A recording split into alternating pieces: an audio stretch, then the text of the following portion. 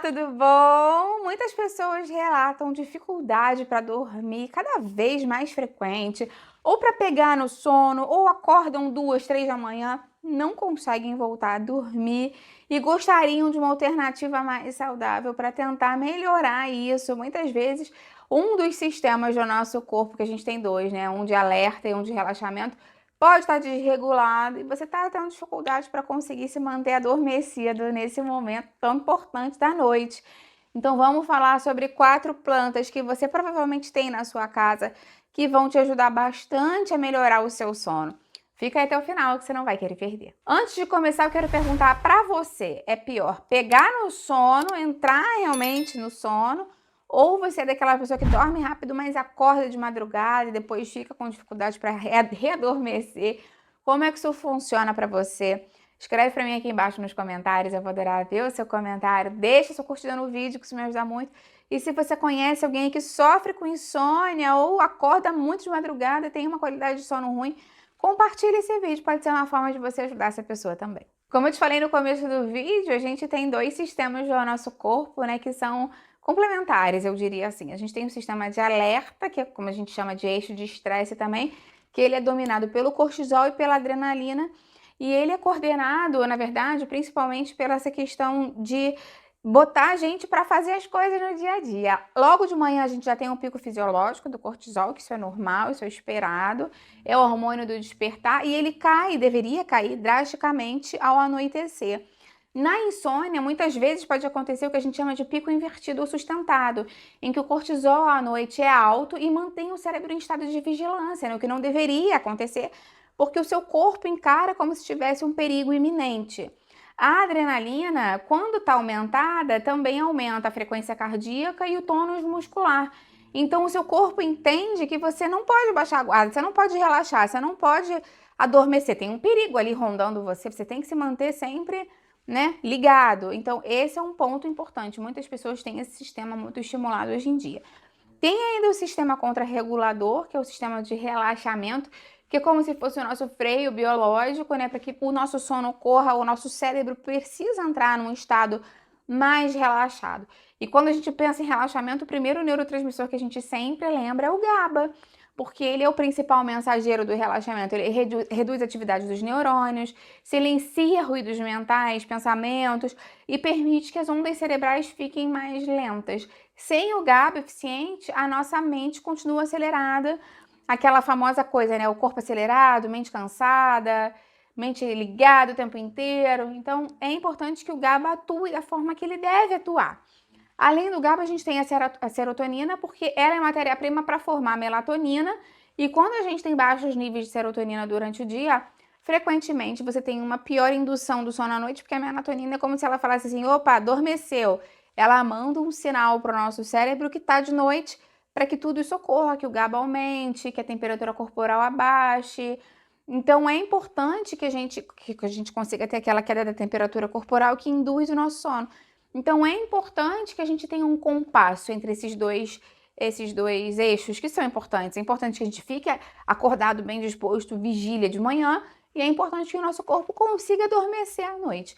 Então vamos falar dessas plantas que podem ajudar você a regular esses 2 eixos tão importantes. Primeira planta, que é uma das mais conhecidas quando a gente pensa em insônia, é a passiflora ou a folha do maracujá.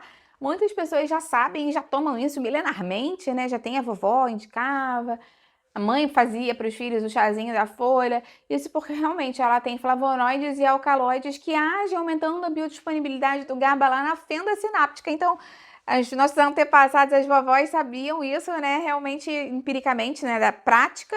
Mas a ciência já verificou que ele impede que o neurônio recolha o GABA que já foi liberado, deixando ele disponível por mais tempo e acalma o sistema nervoso.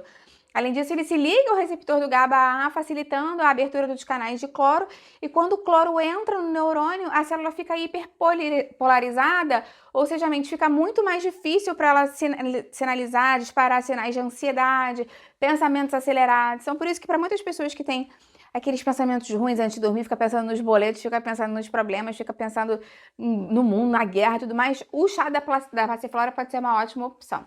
Normalmente, para fazer o chazinho da passiflora, as pessoas utilizam uma colher de chá da folha seca com 250 a 300 ml da água fervendo, junta as duas coisas, espera que a infusão ocorra em mais ou menos uns 10 minutinhos, coe e pode tomar. É um chá muito agradável, então você não vai precisar colocar açúcar, não precisa mesmo. Ah, Patrícia, mas eu gosto de tomar com um melzinho, eu gosto de um sabor doce, posso botar uma estévia, um adoçante? Até pode botar um adoçante não calórico, mel só se for muito pouquinho mesmo, porque ele também dá pico de glicose e a gente sabe que isso antes de dormir não é muito bom pra gente. Mas como é um chá muito agradável, eu sugiro que você faça ele e experimente sem nada adicionado e depois me conta se precisa ou não adoçar. Eu acho que não vai precisar. No final, eu vou te falar qual é o melhor horário para você tomar esses chás. A segunda planta também é uma das mais potentes para as pessoas que sofrem com insônia. E você pode utilizar o chá dela ou até mesmo comprar suplementos dela, vendidos em lojas de produtos naturais, na internet tem também, que é a valeriana. A valeriana tem o ácido valerênico e outros ácidos, e é uma das plantas mais potentes em muitas frentes do sistema GABA. Ela força os neurônios pré-sinápticos a liberarem mais GABA, ela aumenta a produção do GABA no nosso organismo, e ela também diminui a degradação do GABA. Então, é muito interessante para ela manter o GABA alto no nosso organismo. Então, ela tem efeitos calmantes muito importantes e ajuda a iniciar aquele estado de latência zero, ou seja, de apagar rápido. Muitas pessoas que têm dificuldade no primeiro sono falam que quando consomem um chazinho de valeriana ou suplemento, dentro da dose adequada, claro, regularmente conseguem ter uma maior controle disso e conseguem ter uma rotina de sono mais agradável, pegando no sono mais facilmente. Se você for utilizar o chá, é basicamente a mesma forma que você utilizaria o chá de passiflora, esses chás naturais, que são feitos com plantas secas, normalmente sempre é a mesma proporção, uma colher de chá para 250, 300 ml da água fervendo. Como eu te falei, muitas pessoas optam por consumir o extrato seco da valeriana por acharem mais prático.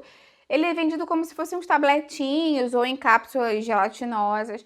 E normalmente a dose indicada é de 300 a 600 miligramas à noite, antes da pessoa dormir. 30 a 60 minutos antes de dormir. Claro que essa dose pode variar de pessoa para pessoa. E se você já toma algum remédio para dormir, algum remédio psiquiátrico, é importante que você confirme isso antes com seu médico ou seu nutricionista, tá? Lembra que esse vídeo aqui é meramente informativo. Claro que não tem como a gente não falar da camomila, né? Que é uma das plantas mais estudadas para o relaxamento, para o sono.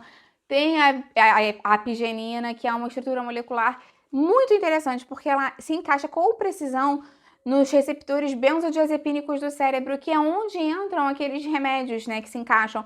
O diazepam, por exemplo, mas, obviamente, de uma forma muito mais suave. Eu não tô querendo de forma nenhuma comparar aqui o efeito da camomila com os benzodiazepínicos, mas eu quero te dizer que ela se encaixa nessa mesma estrutura e de uma forma mais suave, mais agradável até mesmo, e não causa dependência, né, ao contrário ao remédio. Então, além do cérebro, ela também atua no sistema digestivo, a gente sabe, reduzindo espasmos.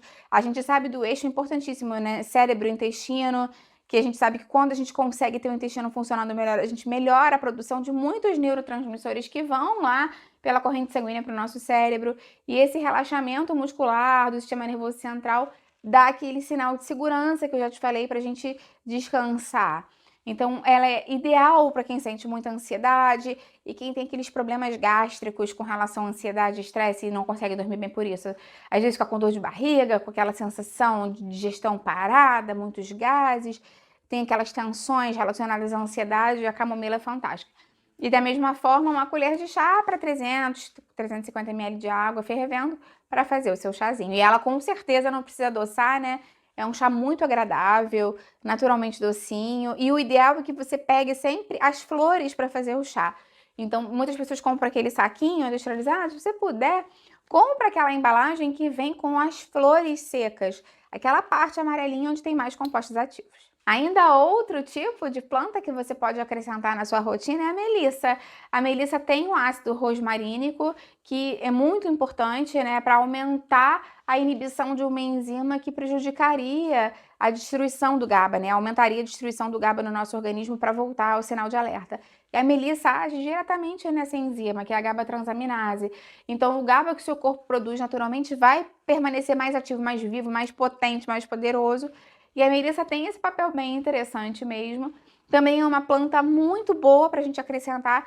E engraçado, né? Todas essas plantas calmantes são suaves, são adocicadas, são saborosas. Então podem virar parte do seu ritual noturno para você entrar nessa higiene do sono. Claro que não adianta a gente pensar que só consumir as plantas vai trazer um efeito, né, papum, para a gente conseguir dormir. Óbvio que já nos primeiros dias você pode ter um efeito bem benéfico, mas é importante você lembrar também que você tem que ter um quarto escuro, um quarto com uma temperatura agradável, sem barulhos, que você venha diminuindo gradualmente a sua exposição a luzes, inclusive a luz do telefone, luz de televisão ao longo do anoitecer, do entardecer. Então é importante ter uma boa higiene do sono, né, do ambiente. Eu tenho uma playlist aqui falando mais sobre suplementos, chás, melhores alimentos, piores alimentos, higiene do sono para te ajudar nesse sentido. Lembrando que o sono é muito importante também para o emagrecimento, para o controle do açúcar do sangue, para a inflamação. Então é importante que também, né, a gente se lembre disso. Falando nisso tudo, eu tenho os meus desafios de 10 dias. Cada dia você recebe um mini desafio diferente, justamente para te ajudar a emagrecer, ou para controlar o açúcar do sangue, ou para a inflamação. Todo mundo está adorando, eu vou deixar o link para ele aqui embaixo na descrição. Agora, com relação ao horário para tomar essas plantinhas, esses chás, ou o comprimido da valeriana, se for o caso. No caso do chá, especificamente, o ideal é que a gente tente consumir isso com um horário de pelo menos 1h30, 2 horas antes de dormir. Porque imagina que você quer adormecer, primeiro que isso vai ter que ser absorvido pelo seu organismo, né? Tudo que a gente consome vai passar lá pelo nosso esôfago, chegar no nosso estômago e vai ser absorvido no intestino. Então leva um tempo. Isso já é uma questão. Não adianta você querer tomar e em 5 minutos achar que vai estar fazendo efeito, porque não é assim que funciona. Então o processo digestivo tem um processo, né, um tempo específico, então 1h30, 2 horas. E além disso, dá tempo ainda disso ser metabolizado, passar lá pelo seu rim e você urinar. Porque muitas pessoas começam a tomar esses chás antes de dormir, deitam em seguida e acordam ou com refluxo, porque ficam com volume grande no estômago, ou acordam com vontade de urinar. Então prejudica a noite de sono porque bebem um grande volume de líquido logo antes de dormir e não é isso que a gente quer. Então 1h30, 2 horas antes de dormir pode ser uma boa para você. Me conta aqui embaixo então se você já utilizou alguma dessas plantinhas para conseguir relaxar, pegar no sono, diminuir a ansiedade. Qual delas mais faz efeito? Ou se você tem ainda uma outra dica, eu vou adorar ver o seu comentário. Lembra de deixar sua curtida no vídeo, isso me ajuda muito, e compartilha com quem vai gostar, com quem precisa. Vamos juntos ampliar essa corrente do bem, que é isso que eu quero aqui com o canal. Até a próxima, tchau, tchau!